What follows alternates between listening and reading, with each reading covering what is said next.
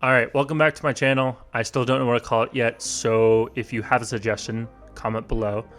But today we are talking about starting a glamp site. I am officially starting a glamp site in Williams, Arizona, and I could not be more excited. It is going to be a full glamp site. That means off-grid. It is going to have solar panels, a water tank, composting toilets, the whole 9 yards. However, it is going to be kind of a bougie glamp site because I am putting a beautiful structure from my friends at Drop Structures. They are the best, and I will talk more about the structure at the end of this video. So as I said, it is a glamp site. It has no electricity, no running water, no sewer. It is truly off-grid glamping. So let's get into it. First couple questions is, why did I choose to do a glamp site? This goes back to Rob, who I've mentioned in previous videos, so I will give credit where credit is due.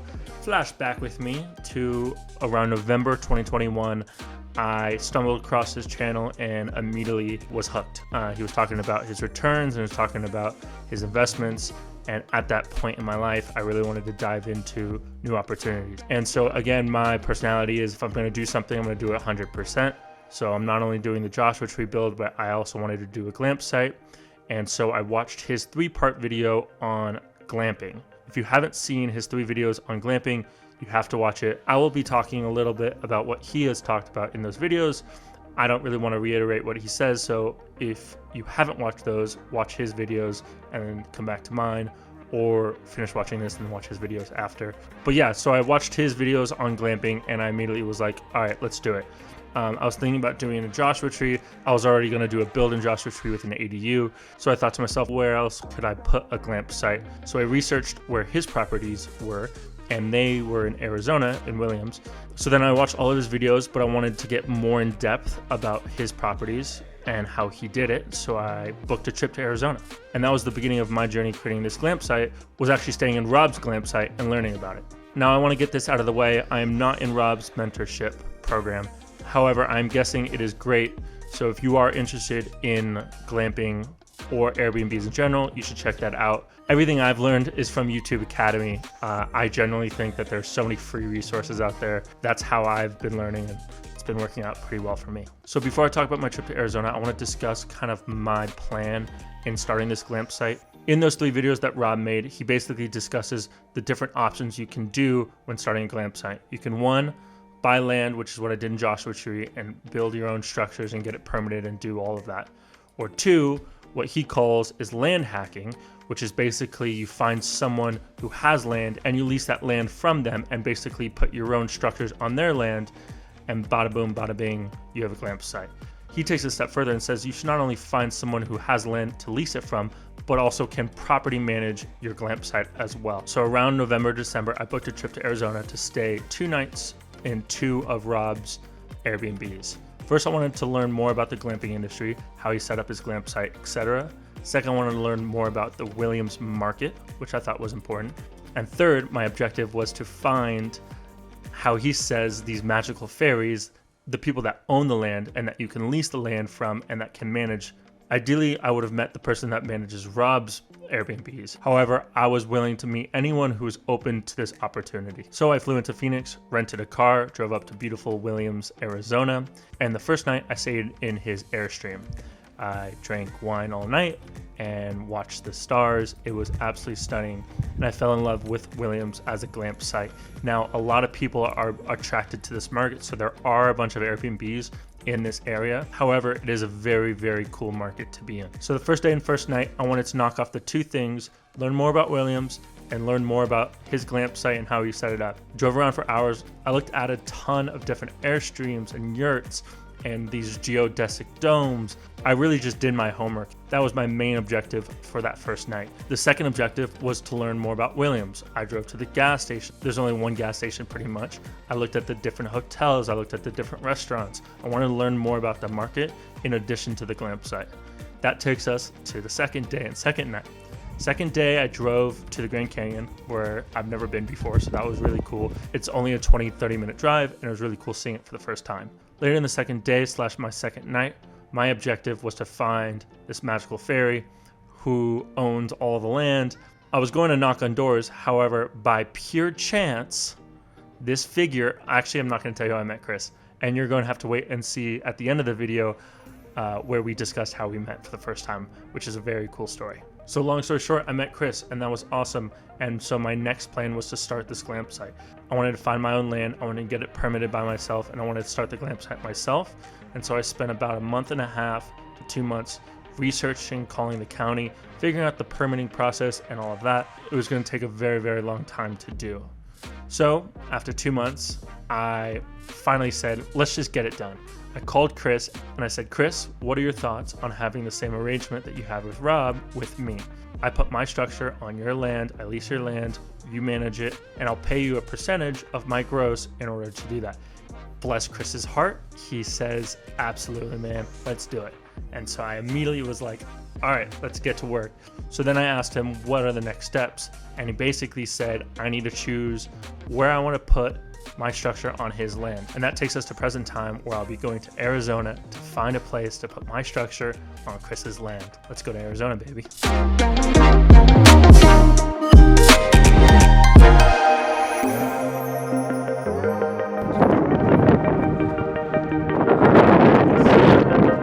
It is cold, baby. It is cold. What?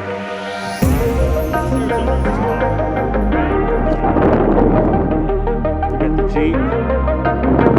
Middle of nowhere. So we are in Williams, Arizona now. And yes, this is not Colorado. This is actually Arizona. It is snowing and it is about 32 degrees and very, very, very cold. So we're actually in Valley, which is about 30 minutes from Williams and 30 minutes from the Grand Canyon. It's in between Williams and the Grand Canyon.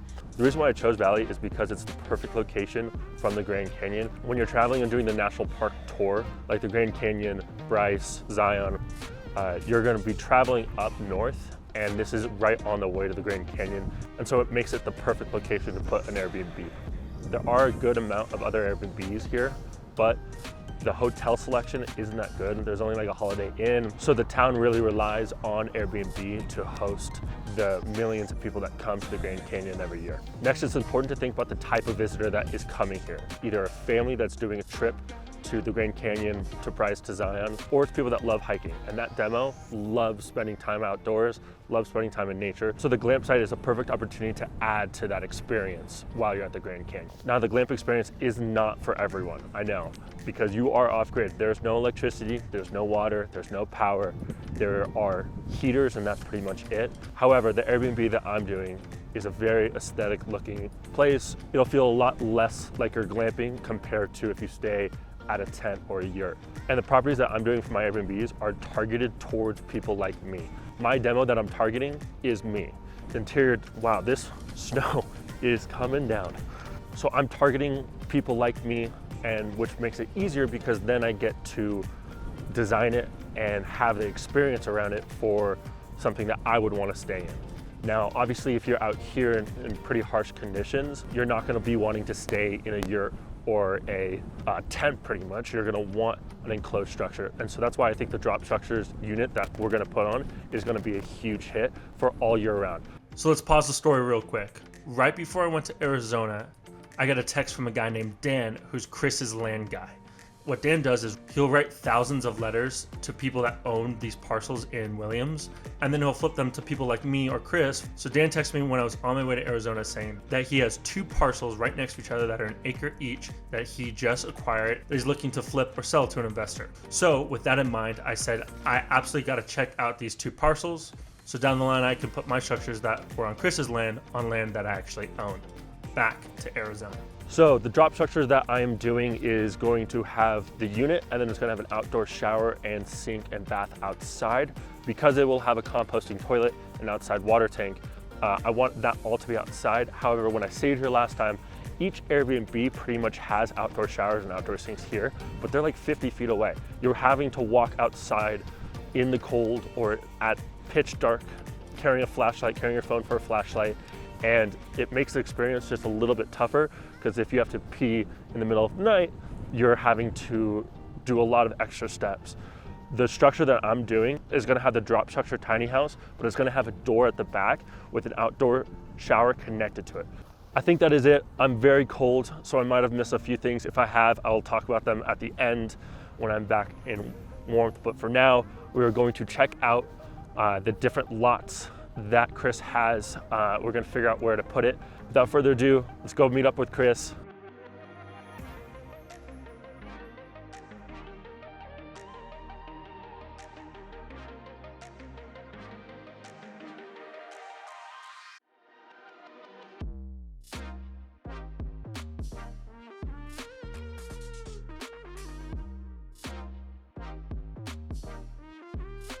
However, I still wanted to check out the 2 parcels that Dan texted me about, so we ended up driving to the 2 parcels to check those out as well. Once we got to the 2 parcels, I knew that that was it. I knew that I wanted to put the structure on these 2 parcels and still have Chris manage it on the ground work. However, I knew these 2 acres were exactly what I was looking for. You might be wondering what led to that decision. Well, the biggest thing is it's 1 turn off the highway. I really like that because everything's dirt roads out there, so I didn't want my guests having to turn on streets, on dirt roads in the middle of the night. 1 turn and that was it. And the next thing was that road wasn't that bumpy. During the winter / when it's raining, those roads get really tough to drive on, and a lot of cars that are not 4-wheel drive get stuck. I wanted to make it as easy as I could for my guests that are coming to visit Williams. Immediately called Dan and I said, Dan, I want the land. And within 2 days, I bought the land and the deed was signed over to me. And now I own 2 acres in Williams, Arizona that I'm gonna put my structure on. Then after I decided I'm gonna put my structure on those 2 acres, we went back to the yurt that I was staying on. And that's where Chris and I discussed how we actually met when I first visited Arizona and stayed at his and Rob's Airbnbs. Now, I'm gonna tell you the story of how I met Chris, but before that, I wanna tell you a little about the structure and my plan. So, the structure that I'm doing is from Drop Structures. It is a living room / living area, and above that is a loft that can sleep a king-size mattress. So as of 2 days ago, I put down my deposit with Drop Structures, and they are currently in the build of making my structure.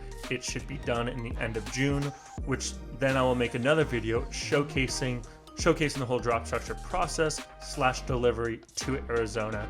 And so without further ado, let's go to me and Chris talking about the first time we met. It's a good story. Stay tuned.